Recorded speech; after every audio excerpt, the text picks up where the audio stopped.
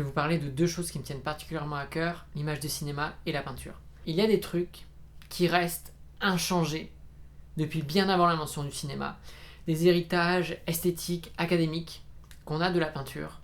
Et le livre qui m'a tout appris sur la construction d'une image en règle générale, c'est Le traité de la peinture de Léonard de Vinci. Chef-d'œuvre totalement mésestimé, totalement inconnu. Ce traité, ce sont des restes de notes retrouvées de Léonard qui ont été rassemblées, traduites et surtout décryptées parce que Léonard écrivait à l'envers, de droite à gauche.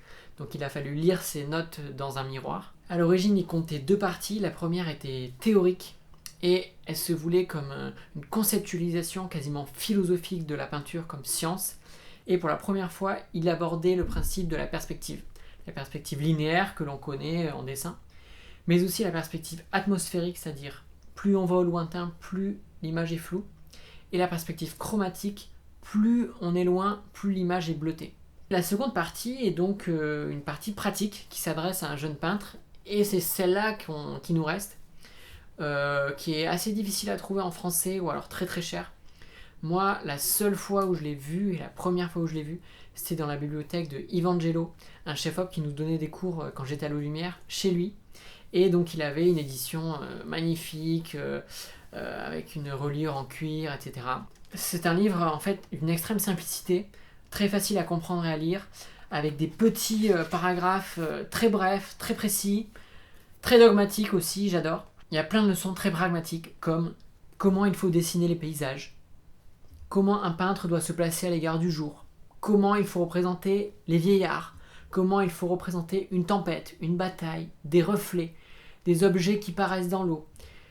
Il y a aussi des chapitres de la couleur des ombres, de la couleur des montagnes, des plis des membres, des rayons du soleil qui passent entre différents nuages, de la poussière, de la fumée, vent, pluie, surface d'eau, draperie. Et il y a même un chapitre qui s'appelle « Moyens d'exciter l'imagination à inventer ». Que demander de plus ? Moi, je pense très modestement qu'on a beaucoup à apprendre de la peinture. Parce que je pense que le chef-op, c'est un peu le peintre du film. Pas parce que c'est un artiste génial, mais parce que tout simplement on pose un cadre et à l'intérieur de ce cadre, on fait de la lumière. La seule chose qui s'ajoute de plus en cinéma, à la différence de la peinture, c'est le mouvement et je dirais aussi peut-être l'accident qui peut arriver sur un tournage et qui en peinture n'existe pas. Voici ce que l'on peut lire dans le traité, par exemple pour éclairer un visage, paragraphe 35. La lumière qui donne le plus de grâce au visage est celle quand le sujet est assis à l'entrée d'un lieu obscur. Ce jeu de lumière et d'ombre donne aux figures un grand relief et une grande beauté, le côté sombre du visage étant souligné par une fine ligne de lumière pour le détacher du fond encore plus sombre. Ça, c'est la lumière latérale de base au cinéma. Et la fine ligne de lumière dont il parle, on appelle ça un kicker ou un contre pour détacher le comédien du fond. Le côté du visage qui est ombré est encore obscurci par l'ombre du lieu vers lequel il est tourné. Ça, c'est ce qu'on appelle en cinéma la lumière soustractive. Ça se fait très souvent. On met une surface noire côté sombre du visage pour en renforcer le contraste. Et le côté qui est éclairé reçoit encore l'éclat de la lumière qui est répandue de telle sorte que les ombres sont presque insensibles de ce côté-là. C'est la lumière diffuse qu'on utilise tout le temps aujourd'hui. Et du coup, les canons esthétiques de la peinture sont presque plus proches du cinéma d'aujourd'hui que ceux du début du cinéma où la lumière était beaucoup plus dure. L'observation de cette règle contribuera fort au relief des figures. Léonard vient de décrire exactement la méthode académique que tous les chefs-op utilisent pour éclairer un visage, pour lui redonner du contraste, du relief. Parce qu'en image de cinéma, tout est fait pour conjurer le sort de cette image 2D projetée sur un écran plat. Nous, notre boulot en tant que chef-op, c'est de faire une image qui a le plus de profondeur possible, le plus de volume possible, le plus de relief, pour qu'on ait l'illusion qu'on n'est pas en train de regarder une surface plate, blanche en fait. Léonard poursuit « Je conseille au peintre de faire en sorte que la partie éclairée de la figure se rencontre sur un fond sombre et que la partie qui est dans l'ombre soit sur un champ clair. » Ça, c'est une recette quasiment systématique de tous les films hollywoodiens que Jack Cardiff appelait « light, dark, light, dark ». Il dit paragraphe 27 que la lumière idéale pour la réalisation d'un tableau est celle qui vient du nord. Ça, c'est un truc bien connu des chefs-op en repérage. On essaye toujours d'avoir un décor avec des fenêtres exposées au nord Pourquoi? Parce que ça nous permet de refaire la lumière tranquille, sans que le vrai soleil ne rentre jamais et vienne saccager la lumière qui est censée être raccord tout au long de la journée. Exposé au nord, on reçoit que de la lumière réfléchie, donc diffuse, et on sent moins les fausses teintes, les passages de nuages, etc. Plus loin, il parle plus précisément de la lumière diffuse, qui est aujourd'hui la norme et la mode en cinéma depuis l'apparition de la couleur. Ce qui donnera de la grâce, c'est que ces ombres ne sont pas tranchées d'une manière dure et sèche, mais noyées insensiblement. Léonard introduit aussi la notion de 4 de diff pour casser le soleil direct.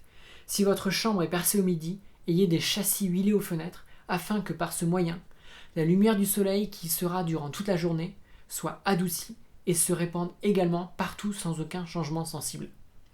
Et il reparle plus tard de châssis huilés entre une bougie et un sujet pour peindre de nuit.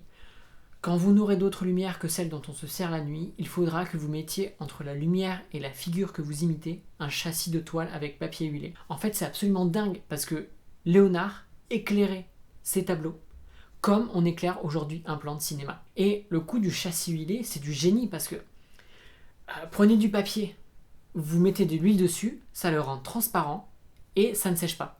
Dans un autre chapitre, il reparle de l'exposition des pièces dans lesquelles il peint.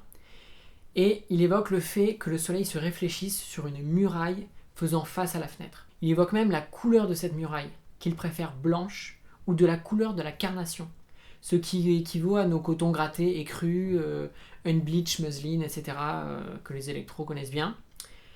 Il parle aussi du fait de peindre la muraille en noir pour faire de la lumière soustractive et d'autres couleurs pour teinter les ombres. Je ne peux pas rentrer dans tous les détails de ce livre, mais absolument tout était déjà là.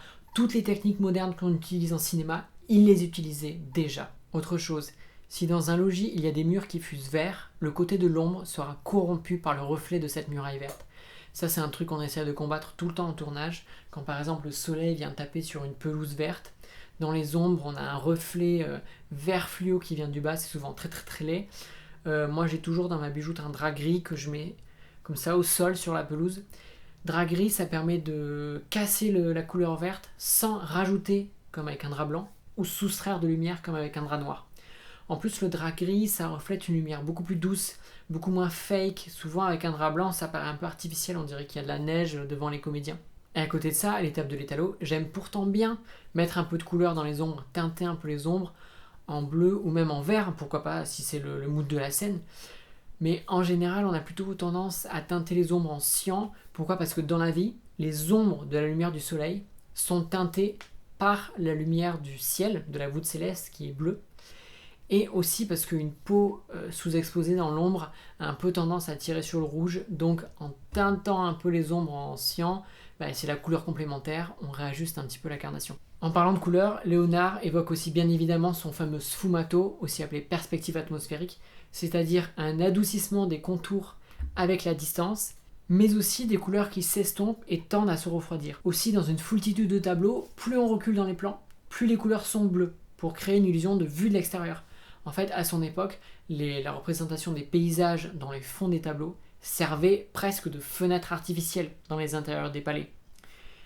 Donc souvent, les fonds lointains étaient froids et le premier plan plus chaud, qui est une couleur qui donne une impression de proximité. Cet effet qui est constant dans la nature est imprimé dans notre cerveau.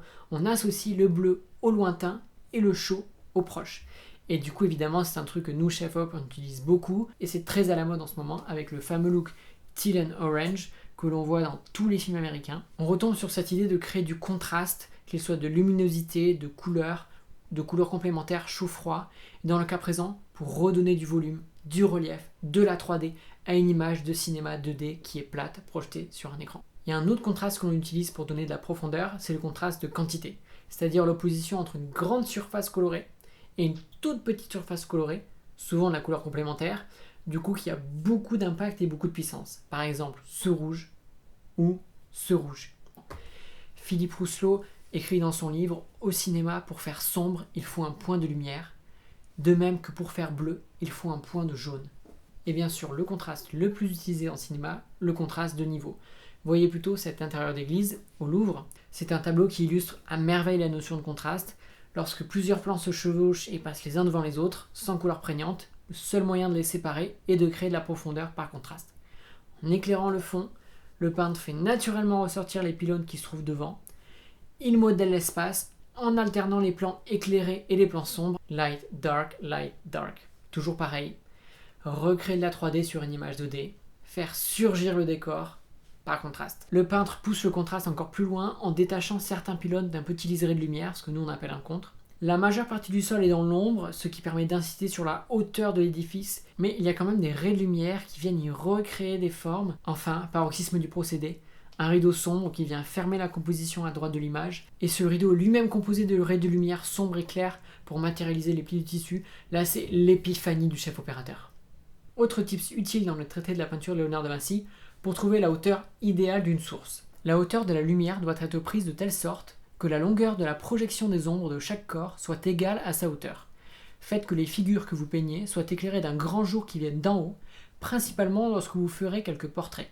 Parce que les personnes que vous voyez dans la rue reçoivent toutes leur jour d'en haut. Et sachez qu'il n'y a point d'homme que vous n'eussiez peine à reconnaître si on lui donnait la lumière par en dessous. Tout cela est évidemment à prendre avec des pincettes, mais c'est vrai qu'en cinéma, on a tendance à reproduire la lumière du soleil qui nous arrive du dessus avec un angle de 45 degrés, et la lumière qui vient d'en dessous est devenue dans le film de genre un code de la monstruosité du visage quand on ne reconnaît plus l'humain qui cède sa place à la créature. J'ai relevé un truc qui m'a intéressé aussi, c'est page 181. Il décrit l'utilisation qu'il fait d'un miroir pour regarder à travers le sujet qu'il peint, pour en fait voir une image déjà mise en 2D de la réalité, comme sur sa peinture. Moi en repérage, je m'efforce toujours de prendre plein de photos, parce que je sais très bien que ma vision 3D, elle se focalise sur des détails, et pas sur une image globale. Et quand j'hésite entre deux axes, en général, je prends une photo et je me rends compte tout de suite de l'axe qui marche ou de l'axe qui marche pas. Léonard encourage même à peindre en fermant un œil, pour voir la réalité en 2D. Enfin, il regardait aussi sa propre peinture à travers un miroir, pour se rendre compte des défauts qu'il ne voyait pas à l'œil nu. Chaque personne qui fait un peu de peinture sait pertinemment que dès qu'on commence à prendre en photo sa toile, on se rend compte de plein de petits problèmes, de petits défauts qu'on n'avait pas vus avant. Pour aller plus loin dans le parallèle peinture-cinéma, on remarque qu'il y a des courants, des modes, comme par exemple, aujourd'hui éclairé avec une lumière plutôt douce, alors qu'en noir et blanc, on utilisait des lumières beaucoup plus dures, parce qu'on ne bénéficiait pas du contraste coloré, donc il fallait créer de la profondeur qu'avec des niveaux de gris. Plus généralement, en fait, en image, couleur et contraste de lumière sont opposés. Il y a un choix à faire, entre ici, une peinture très contrastée avec peu de couleurs, ou ici, pour le même peintre, Georges de la Tour, une peinture très colorée, avec une lumière douce, mais du coup sans effet de contraste. C'est pareil en cinéma, et c'est un peu ce qui explique la mode de la lumière dure en noir et blanc et la lumière douce en couleur. Il y a quelques années, avec l'apparition du RAW, c'était plutôt la mode de l'image très désaturée, très décollée, et aujourd'hui la tendance est aux couleurs beaucoup plus flashy et denses, avec un engouement récent pour une image plus texturée et granuleuse aussi, en partie due à la sortie de l'Alexa 35. Mais encore une fois, il y a des choses que nous apprennent la peinture qui néanmoins restent, qui sont culturellement ancrées en nous et que les peintres utilisent depuis des siècles, comme par exemple l'entrée de champ d'un personnage. En peinture, les bons personnages rentrent par la gauche et les mauvais par la droite. C'est un héritage de l'iconographie religieuse qui est inconsciemment gravé dans notre cerveau. On lit de gauche à droite, tout graphique, toute image, c'est la progression du temps sur une frise chronologique. Les personnages de jeux vidéo vont de gauche à droite. Et dans les road movies, les personnages vont aussi de gauche à droite. C'est pareil en peinture qu'en cinéma. Et si on change la direction d'un plan à un autre, on a l'impression que les personnages font demi-tour, tournent en rond, ne savent pas où ils vont. Outre la peinture, le cinéma, par son mouvement dans le cadre et mouvement du cadre, peut être rapproché du théâtre, de la danse, de la musique. Le découpage fait qu'une scène peut être couverte en 4 fois une peinture, 8 fois une peinture, 10 fois une peinture, bref, autant qu'il y a de plans. On commence alors à tourner autour de la peinture, elle devient une sculpture, et on retombe sur notre idée de créer du relief, de la 3D, pour un écran de cinéma qui, lui, est plat.